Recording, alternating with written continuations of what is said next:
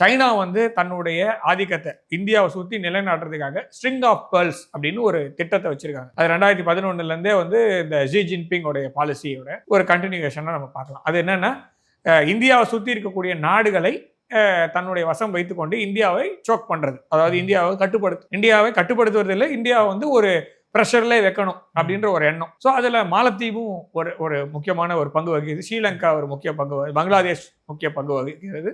இந்த மாதிரி இருக்கக்கூடிய பாகிஸ்தான் அதுல பெரும்பகுதி வகிக்குது. இந்தியாவை சுற்றி இருக்கக்கூடிய நாடுகள், நேபாளை வந்து இப்படி ஃபைனான்சியலாக சோக் பண்ணுறது.